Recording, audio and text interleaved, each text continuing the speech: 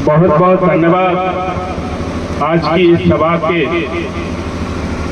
की सभा का बहुत ही सुंदर संचालन कर रहे मेरे बड़े भाई जेपी सिंह जी। आज इस सुंदर कार्यक्रम के आयोजक बड़े भाई रामदत्त रजौरा जी, केपी सिंह रजौरा जी, मेरे युवा साथी निखिल एंड सचिन, मैं सबको धन्यवाद करता हूं।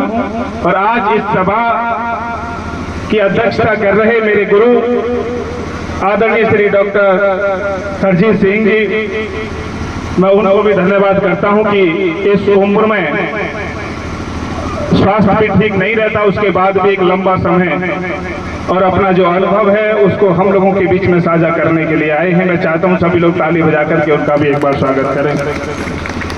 मंच पर उपस्थित खोरजा ब्लॉक के गांव रामपुर से प्रधान मेरे भाई सूरजपाल जी, खोरजा ब्लॉक के ग्राम पंचायत माचड़ के प्रधान जी श्री प्रेमपाल सिंह जी, सनेते से आए हुए श्रीपाल जी, दस्तूरा से अभी बहुत अच्छा उन्होंने भाषण दिया, टैना से भी जो आए हैं बड़े भाई, इनका भी बहुत बहुत शुक्रिया। नार गांव से जो अभी अंकल जी भाषण दे करके गए थे, उन्होंने एक शब्द में ही जो कहते ना गागर में सागर बनना, उन्होंने एक शब्द कहा कि मैं पढ़ा लिखा नहीं हूं, और वो बात जो कह करके गए वो संदेश पढ़ने के लिए दे करके गए कि शिक्षा वो शेरनी का दूध है। बाबा साहब भीमराव अंबेडकर ने कहा था कि जो भी इसको ग्रहण करेगा वो दहाड़ेगा, उसका कभी शोषण नहीं हो सकता है।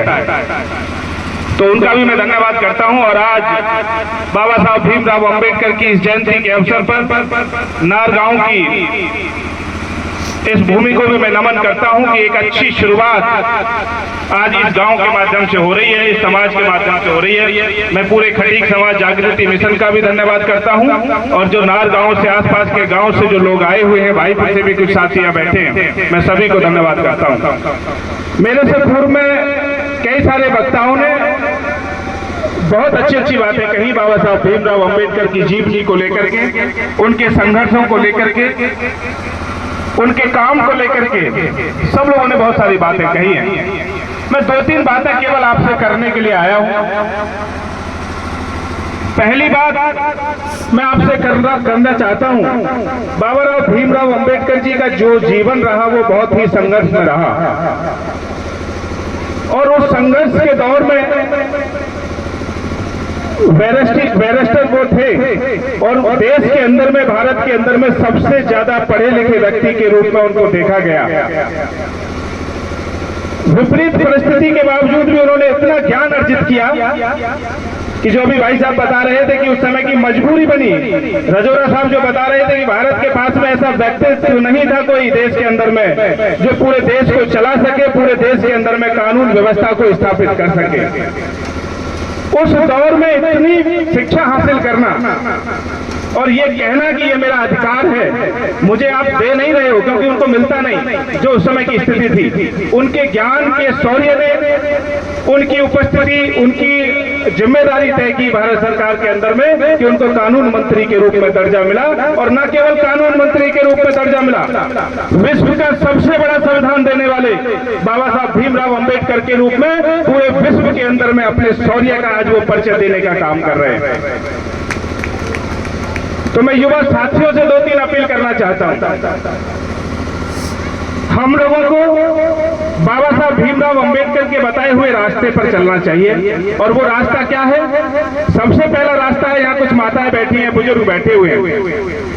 सबसे पहला रास्ता जो बाबा साहब भीमराव अंबेडकर ने तय किया कि उस समय विपरीत परिस्थिति में होने के बावजूद भी उन्होंने विदेश में भी पढ़ाई करके वो आए और पूरा संघर्ष किया, और आज उस समय एक ऐसी कल्पना की कि आने वाले 100-200 साल तक जो उनकी कल्पना थी उस समय, आज से 75 साल पहले जो उन्होंने कल्पना की थी, वो कल्पना का जो विजन है वो 200, 400, 500 साल तक चलेगा। उनको अनुमान था कि 200 साल बाद हमारे समाज के साथ में, हमारे देश के साथ में ये होने वाला है। तो वो जो सारी चीजें उन्होंने पैदा की वो शिक्षा की वजह से पैदा की। मैं सभी युवाओं से यही अपील करता हूं कि आप लोगों को सब काम छोड़ दीजिए। एक बार को अच्छी टी शर्ट मत पहनिए, अच्छी पैंट मत पहनिए, अच्छा फोन मत चलाइए, लेकिन अगर आप शिक्षित हैं तो ये आप विश्वास कीजिएगा कि आपके अधिकारों का कोई हनन नहीं कर सकता है। आप सभी सरकारी स्कीमों का लाभ ले सकते हैं, आप अपने अधिकारों के बारे में जान सकते हैं, आपका कोई शोषण नहीं कर सकता है। और अगर एक परिवार के अंदर में से एक बच्चा भी अगर ठीक से पढ़ जाता है तो निश्चित रूप से मान लीजिए कि उस परिवार का भी कोई शोषण नहीं कर सकता, क्योंकि उसे अपने अधिकारों के बारे में पता होता है। तो मेरे साथियों, मैं बहुत ही सूक्ष्म समय आपका लूंगा, क्योंकि बहुत लंबे समय से इंतजार हो रहा था। ये 2-3 बातें जो बाबा साहब भीमराव अंबेडकर जी के माध्यम से कही गई और जो उनके विचार हैं कि आप लोग शिक्षित बने, और दूसरी जो बात थी कि आप लोग संगठित रहें। संगठित होने का मात्र उद्देश्य ये नहीं होता है कि जब झगड़ा हो किसी समाज के साथ में तभी आप इकट्ठा होकर के आए, वो बिल्कुल भी उनके विचार नहीं है। संगठित होने का मतलब है कि अगर आपके समाज का कोई व्यक्ति पिछली पंक्ति में खड़ा हुआ है, पिछली लाइन में खड़ा हुआ है, कोई गरीब साथी है अपना, कोई मजबूर साथी है अपना, तो हमें उसका साथ देना चाहिए। उसका बुरी स्थिति में, बुरी परिस्थिति में उसका हमको साथ देना चाहिए। ये संगठन की असली परिभाषा बाबा साहब भीमराव अंबेडकर जी की है। और संघर्ष करने की जो बात कही है बाबा साहब भीमराव अंबेडकर ने, ये दोनों पॉइंटों को जब आप पूरा कर लोगे, शिक्षित आप जब बन जाओगे और जब आप संगठित रहोगे तो संघर्ष तो आप स्वतः ही कर लोगे, उसमें किसी की जरूरत नहीं है। आप स्वयं ही अपने अधिकारों को लेकर के आप संघर्ष कर सकते हो। तो बस यही निवेदन के साथ में मैं आज पूरी इस टीम को बहुत बहुत धन्यवाद देता हूं, नार गांव के तमाम लोगों को जिन्होंने एक सुंदर आयोजन को किया, और जो लोग सुनने के लिए आए हैं उनको भी सबको धन्यवाद देते हुए बाबा साहब भीमराव अंबेडकर जी की 134वें जन्मदिन के अवसर पर मैं पुनः एक बार पूरे बहुजन समाज को और तमाम साथियों को मैं धन्यवाद देता हूँ, सबको बधाई देता हूँ। बहुत बहुत शुक्रिया। जय भीम, जय संविधान।